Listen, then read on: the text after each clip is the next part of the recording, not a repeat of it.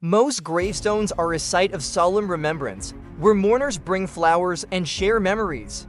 However, there are some people whose graves would be more likely to become public graffiti targets, no one more than Nazi dictator Adolf Hitler. But no one's defacing Hitler's grave because he doesn't have one, which raises one big question. What happened to Hitler's body? It was 1945, and the walls were closing in on the Nazi regime. The Soviet Red Army was marching from the east, having liberated Poland. The attempt by the Nazis to bomb Britain into submission had long since failed, and now the united forces of Britain, the United States, and the rest of their allies were marching on Germany from the west. Hitler was surrounded and increasingly paranoid and had retreated to his bunker and air raid shelter in Berlin. As the Soviets approached the city, Hitler discovered that even his own generals were starting to reject his orders. He was determined not to be taken alive, as Hitler planned to end his life rather than being taken alive. Multiple Nazi leaders jockeyed for position. Hermann Göring attempted to take control in the aftermath and was rewarded by being stripped of his offices by Hitler and arrested.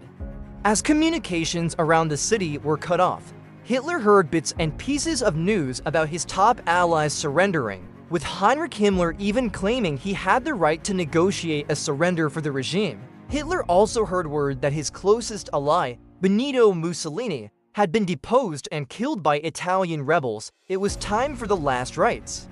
Within his bunker, Hitler and his longtime mistress Eva Braun were married, and then Hitler dictated his last will and testament to his secretary. Knowing the end was near, he was determined he wouldn't allow his enemies to get a hold of him and execute him or put him on trial. He had already obtained capsules of poison from Himmler before Himmler's attempted surrender, but now doubted if they would be effective or they were just another betrayal. So he gave them to his beloved dog Blondie, and the dog died immediately, adding one final casualty to Hitler's long list of kills. He soon said his goodbyes, retreated to his room with Eva Braun, and prepared for the end. What happened next has been debated for almost 80 years. The leader of the Soviet Union, Joseph Stalin, was a ruthless man and he wanted his revenge on Hitler for the Nazis' betrayal. He had offered a medal to the person who found Hitler alive as they surged into Berlin, and Stalin hoped to capture him alive and make an example of him. But it wasn't to be. According to witnesses in the bunker, Hitler's valet entered the chamber and immediately smelled gunpowder and a strange burnt almond smell. Both Hitler and Braun were dead, Braun apparently from poisoning, as she had no visible wounds, while Hitler was bleeding from a fresh wound to his temple and had a gun at his feet. The Nazi leader and his new wife were apparently serious about not being taken alive. And there was a plan as soon as the news broke. The Nazi leaders knew Hitler's body would be of great interest to the Allies, and they didn't want them to get a hold of it. Led by the acting Nazi leader, Joseph Goebbels, the Nazis on site rolled the bodies up in a rug, gathered papers covered in petrol, and lit the entire thing on fire. This took place amid heavy Allied shelling of the area, which shows just how loyal Hitler's diehards were. They were willing to carry out these bizarre funeral rites even as their own lives were endangered. While Hitler's body wasn't totally destroyed by the burning, it was now unrecognizable and was buried in a bomb crater along with the rug soaked with his blood. And that was the end of the story, or at least, it should have been. Soon, the Soviets took control of Berlin, and the news that Hitler was already dead did not make Stalin happy. As word spread of Hitler's death, millions of German troops left the battlefield to avoid the Soviet forces. It would be several days before the Soviets arrived at the compound, and they dug up what is believed to be Hitler and Braun's dental remains. A cursory analysis identified Hitler's body, which seemed to put things to rest. But Stalin had other ideas. It just seemed too easy, didn't it? Hitler had terrorized the continent and beyond for 12 years, and now he's dead with no way to hold him accountable for his crimes? That sounds like exactly what he'd want them to think. Many Soviet operations in the area continued to dig up the bodies of the Nazi leadership, but it is not clear if they found any more of Hitler's body beyond what was believed to be his teeth. And without more proof, Stalin refused to believe his nemesis was truly gone. And as Stalin spoke, millions of people listened. And so began the Great Hitler Conspiracy Battle. Early polls show that over 2/3 of Americans thought Hitler might still be alive in June 1945, but the leadership didn't seem to share those doubts. The same couldn't be said for the Soviet Union, where Joseph Stalin actively spread the conspiracies. In fact, only a month after the discovery of the dental remains, Stalin ordered his Field Marshal Georgy Zhukov to present details on how Hitler could have survived. And a month after that, Stalin stated at the Potsdam Conference that Hitler had probably escaped to Spain or Argentina like so many other Nazi leaders. And this had some unintended consequences. Conspiracy theories don't stay where they're supposed to. Stalin's motivation for insisting Hitler was alive may have been because he wasn't willing to give up on bringing the Nazi leader to justice, but there were also still a lot of loyalists to Hitler. Soon enough, the former Nazi ambassador to Vichy France, Otto Abetz, was claiming that Hitler was still alive, just in hiding. Soon, the Allied forces were dealing with a more active Nazi resistance not willing to give up the war, because after all, if their leader was still alive, then they hadn't actually lost the war. It got intense enough that governments had to get involved. With the Soviets consistently boosting the conspiracy theory that Hitler was still alive, the British Counterintelligence Division in Berlin launched an investigation. They found no conclusive evidence that Hitler was still alive, but that didn't stop the conspiracies. The official report stated that the desire to invent legends and fairy tales is greater than the love of truth, which is probably proven right every time someone watches an infomercial for a miracle product and picks up the phone immediately. Even after this investigation, almost half of the US population still believed the conspiracy, and it was about to get a major boost. It was only a year after the war when letters started going out around the country from someone calling himself Furrier No. 1. The mysterious madman not only claimed to be Hitler, but insisted he was living in Kentucky under an assumed name with Eva Braun, and he had not given up the war effort. The Furrier claimed to be building tunnels under Washington, D.C., and to be armed with sleeper cells and nuclear bombs, and even invisible spaceships to take the Nazi regime to space. Needless to say, the writer wasn't Hitler. He was a minor and Baptist preacher who used his scam to defraud his supporters of $15,000 before being arrested for mail fraud. But the next conspiracy would have more meat on the bones. Arthur F. Mackensen wasn't a bigwig in the German military during World War II, just a lieutenant, but he claimed that fate put him in the most important role of all.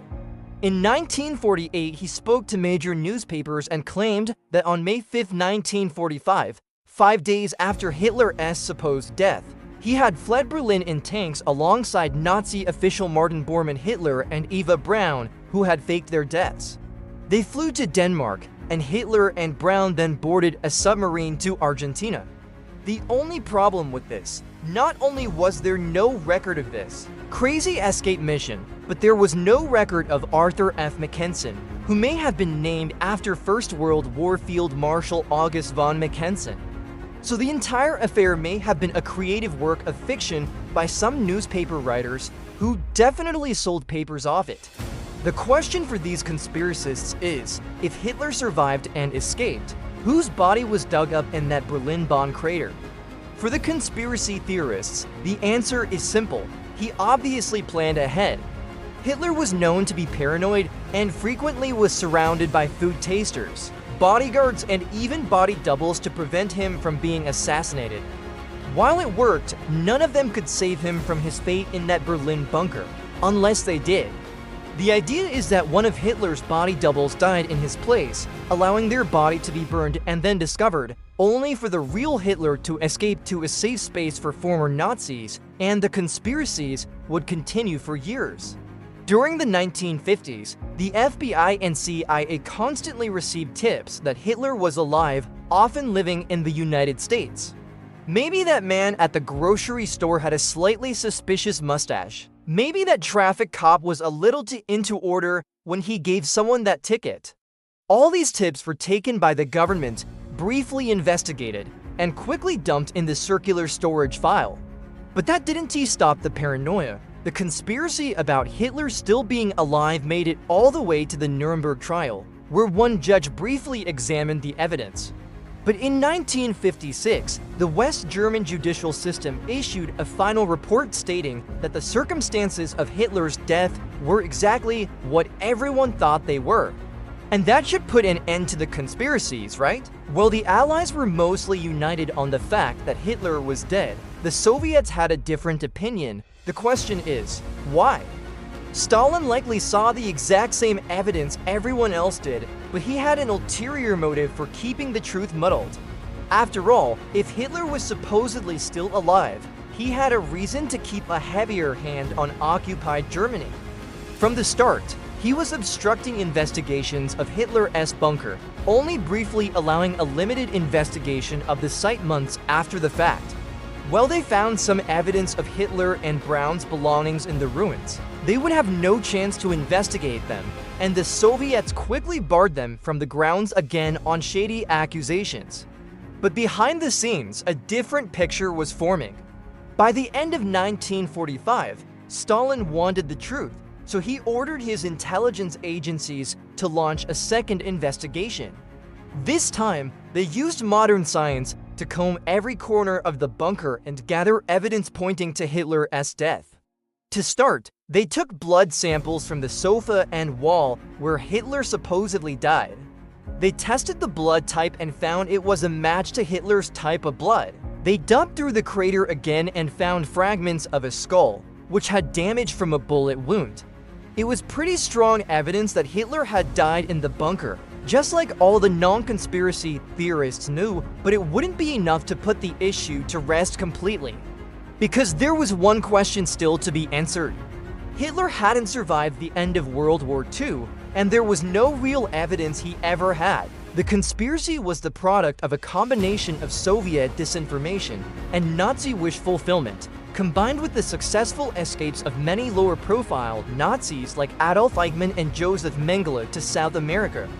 But while they weren't household names, Hitler avoiding detection while the whole world was looking for him was highly unlikely. But while everyone knew he wasn't alive, they still didn't know exactly where he was. Because Hitler's body was essentially disappeared by the Soviets. He died in the bunker, and then his body was exhumed and examined by the Soviets, at which point, it just disappeared. The decision to not have any sort of memorial was undoubtedly the correct one. After all, not only did he not deserve one, but a gravestone would become a rallying point for neo-Nazis. But many people wanted more transparency, and they were not going to get it from the people responsible for investigating Hitler's death, because they were among the most feared spy agencies to ever grace the planet. And no, they weren't the KGB. The People's Commissariat for Internal Affairs, usually referred to as the NKVD, was the internal security spy agency for the Soviets. Similar to the FBI, it handled domestic affairs while the KGB handled foreign affairs. Unlike the FBI, it had near-universal authority, and there was usually no appeals process when they got their hands on you. Not only did they take responsibility for the nation's regular police work when they were created in 1917, but they also oversaw the prison and labor camp systems. While they were eventually disbanded, Joseph Stalin brought them back stronger than ever and made them the country's official secret police. They were responsible for the investigation of Hitler's death and for the disposal of his body. And if you had any questions, the NKVD would answer by sending you to a work camp. Around the same time as the Hitler investigation was ramping up, the NKVD became the Ministry of Internal Affairs, and Stalin's brutal repression of his own country ramped up. The Hitler remains went uncatalogued and became just another artifact within the Russian state archives. And much of the archives, which contained documents from pre-Soviet Russia and the height of the empire, were sealed up tight until the Soviet Union collapsed in the early 1990s.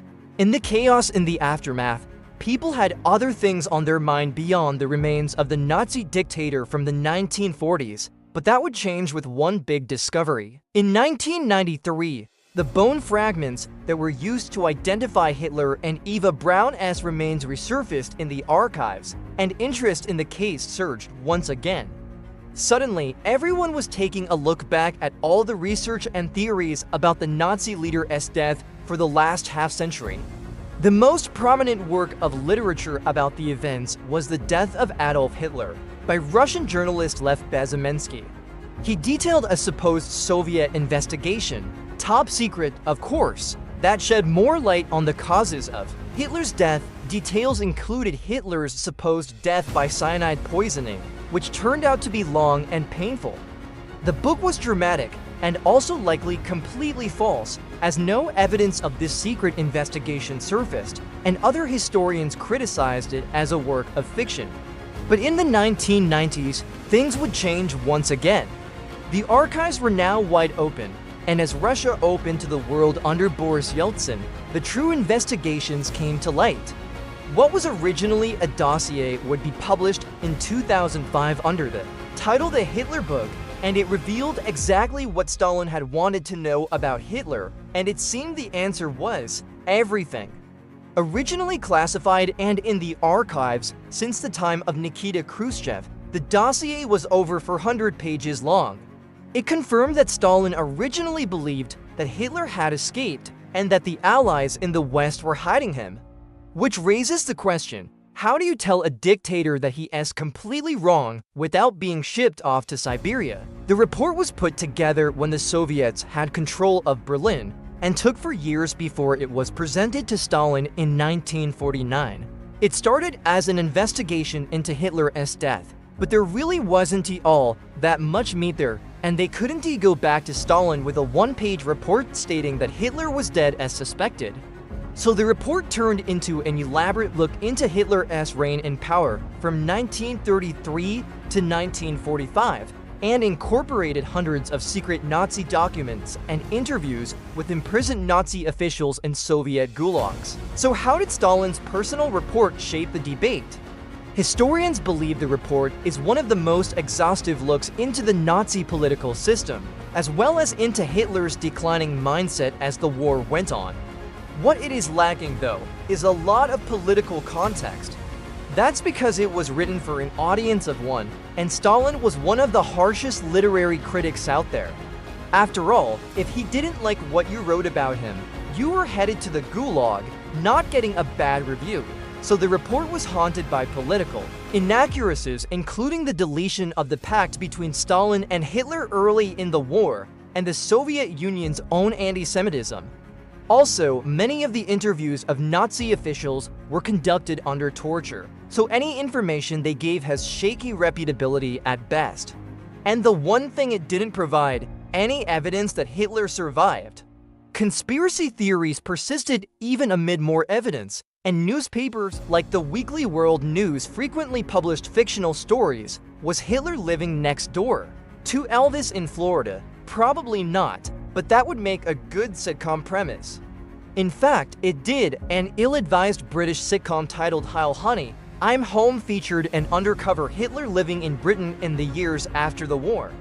To add another wacky wrinkle, his new neighbors were Jewish. Needless to say, this series did about as well as was to be expected. It became one of the very few shows to be cancelled after a single episode.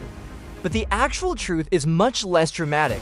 From the start, the people who believed Hitler was dead relied on some key pieces of evidence. The first was the skull fragment with a bullet hole, but the most important piece was the jawbone fragment and dental bridges. Hitler's personal dentist and his associates who worked on the Nazi leader's dentistry over the years were able to examine them and identify them, and all came to the same conclusion. Hitler and Eva Braun died in that Berlin bunker after taking poison, with Hitler speeding up the process with a single bullet. But that still left the question of the rest of the body. Well, Hitler's body was burned. It was burned in open air and wasn't likely to be largely destroyed in the same way cremated remains would be. It would be unrecognizable, but still identifiable as human remains. So it's likely someone spirited the rest of the remains away, and in 2009, more details emerged.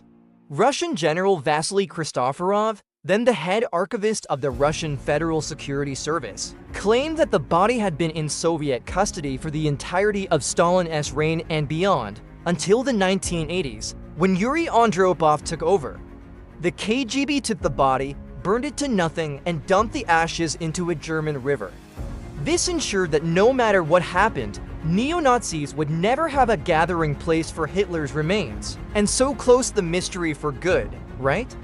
Wrong, because there was one last act. Philippe Charlier was quickly gaining a reputation as one of France's top forensic experts, gaining renown for studying the remains of European royals. He worked on the remnants of kings including Richard Lionheart and Louis IX, as well as proved several supposed relics of Joan of Arc to be forgeries. So when the chance emerged to investigate the greatest mystery of the 20th century, he wasn't turning it down. And so began the final chapter in the story of Hitler's body, stretching all the way into 2017, over 70 years after the Nazi leader died. Was there a hidden secret there that a forensic genius would discover? No. Using modern forensic science, Charlier was able to do a deeper analysis of the T fragment based on the documents of those who examined them previously and those who worked on Hitler.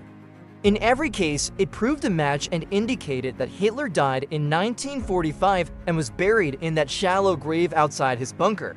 While no further evidence was found on Eva Braun's remains, all the conspiracy theories surrounding her center on her and Hitler escaping together, and so it is likely that final day at the bunker played out exactly as the official story claimed decades ago. So that should put all those conspiracies to rest, right? One would think, but conspiracies don't die easily. Any resolution to the theory that Hitler survived would be out of reach now anyway, as the Nazi leader would be over 130 years old now and long dead, even if he had managed to escape. While neo-Nazis still exist around the world, most of them have long since moved on to other leaders. And the Soviet Union's desire to control the narrative around Hitler's fate collapsed along with that empire in the 1990s. So who would still have an interest in spreading this conspiracy? The answer might surprise you.